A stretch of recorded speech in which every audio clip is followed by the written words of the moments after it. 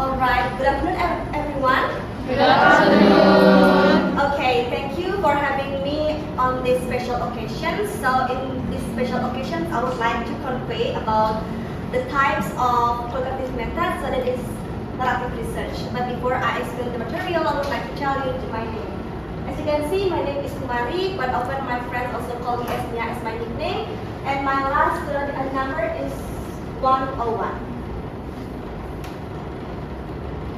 Okay, the table of the contents is including of 5 material. The first one is of definitions of narrative research, and then methods of collecting data, steps in conducting data in narrative research, strengths and limitations of narrative research, and the last one is the examples of narrative research.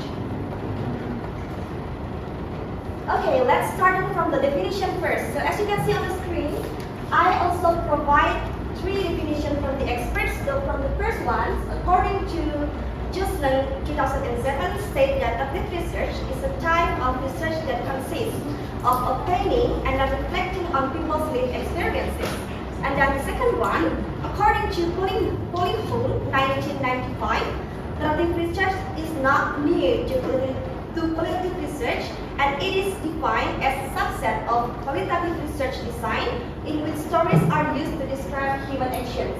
And then the last one, according to Criswell et al. 2007, narrative research studies the life experiences of individuals over time. So based on these 3 definitions of the experts, I can make the simple definition that can make easier for us to understand of narrative research. So that is a qualitative analysis method that is focused on interpreting human experiences and motivations by looking closely at the people's stories told in a particular context. Okay, now let's move into the next sections about the methods of collecting data. So I also provide several methods. The first one is in-depth interview, and then qualitative survey. And then the third one is recordings of oral history. So it can be a document to support for correlations and triangulations of information mentioned in the interview. And then the last one is focus groups. Can be used where the focus is a small group or a community. Okay, here I provide several steps in conducting narrative research taken from Criswell 2012. So there are 7 steps. So the first one is identify a problem or phenomenon to explore. So this means that we have to identify an issue first, and then we have to know that as a researcher, we have to know that we have to understand the personal or social experience of the individual. And then the second one, as you can see on the screen again, the second one, the researcher have to select one or more participants to study. So I also provide the explanations that the narrative studies can examine only one individual or several individuals. But in here, I would like to highlight to you all that as the researcher, if you want to select just one individual, you have to decide that this individual can provide an understanding of the issue. And then the third one is collect the story from the participants. So beside the participants verbally sharing their story through conversations or live interviews, and then we also can collect the data by the film text, also provide information about the participants like a photograph, or we can collect the data by the reviewing from their family or their friends. And then the fourth one is by restory or retell the individual story. Well, in this step is involves of examining the raw data and identifying key elements, and also organizing the sequencing these elements and then retelling a story that describes the individual's experiences. And then the next one is collaborate with the participant and storyteller.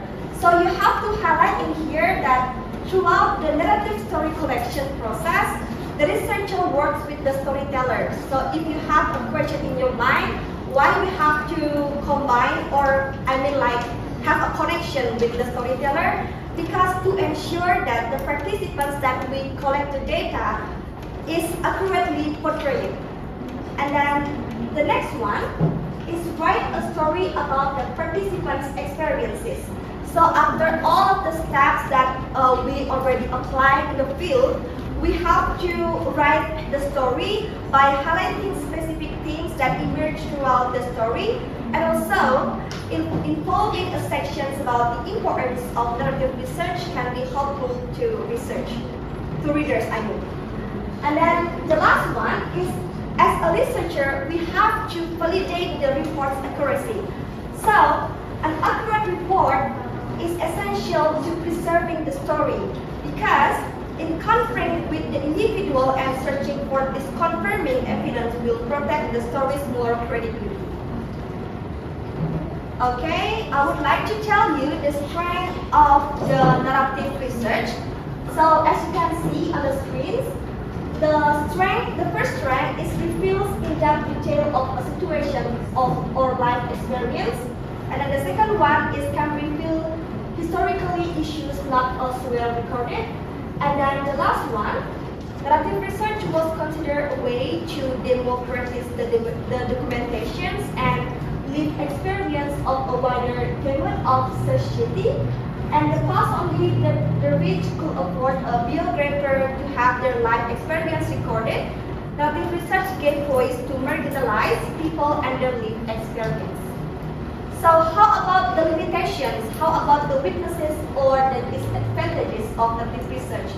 So you have to consider these limitations in order you to decide either you want to choose this research design or not. So as you can see on the screen again, based on the information that I get on the journal, in here I also provide the links. So the researcher must deeply engage with the subject matter and have a comprehensive understanding of the subject life to realistically represent their experiences. And then the second one, the subject will focus on their lived experience and not comment on the greater social movements at work at the time. And the last one, the research method relies heavily on the memory of the subject. So therefore, triangulations of the information is recommended, such as asking the question in a different way at later date, looking for correlating documentation, or interviewing similarly related participants. So here I also provide examples of narrative research. I provide 3 examples in here. So we are starting from the first one.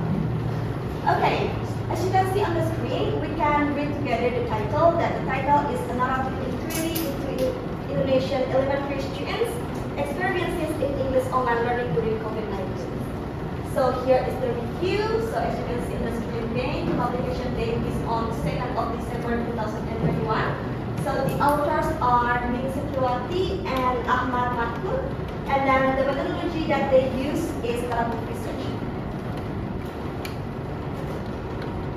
Well, last but not least, I would like to say that the analysis of that journal, the objective of the research is to find students' perceptions. Sorry for the wrong typing and in that sections, and experiences in online English learning. And then the second one is the methodology used in this research is narrative research through self-reflection about their lived experiences related to English online learning. And then the second one is the findings. So the findings of this research show that the problem faced by elementary school students when English learning online by using digital media are related to individual factors and differences in students' family backgrounds to be actively involved in verbal communications. So the conclusion indicates that elementary students find it easier to learn English in person, face-to-face than virtual learning despite using digital media. Let's move into the next example. So the title is Narrative Analysis of an English Teacher's Experience in Using Present Presentation Software in Teaching Vocabulary. So the authors are Rani Lisjanto and Adi Fauzi. So the publication date is on 2016. So methodology they use is still narrative research, because now we are discussing about narrative research. So the analysis is starting from the objective first is to find English teachers' experience in using Prezi presentation software and the students' perception toward the use of Prezi. So the methodology they use in this research is narrative research, of course, but through interviews of English teacher at elementary school Wayan 3 and several students to learn their perceptions toward the use of phrasing in vocabulary learning.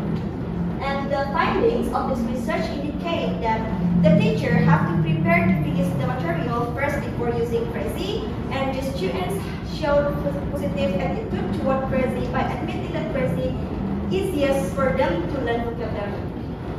And then the conclusions indicates that in using phrasing, the teacher underwent a difficult situation when the supporting tool was both completely provided in her school. Furthermore, from the student's perspective, they can easily understand the material. And then this is the last one, the example of the journal. So here are the reviews. Starting from the title, so the title is about a narrative research approach, the experiences of social media support in higher communications.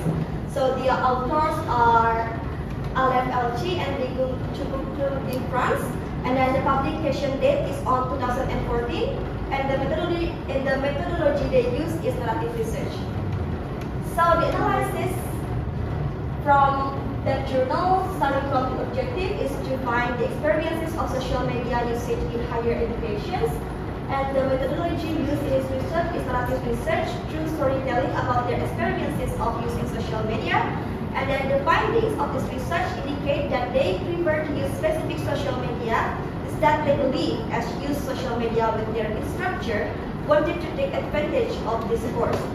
And then the conclusions indicates that technologies become more beneficial for them within their daily life, for socializations, and also for teaching and learning in the classroom.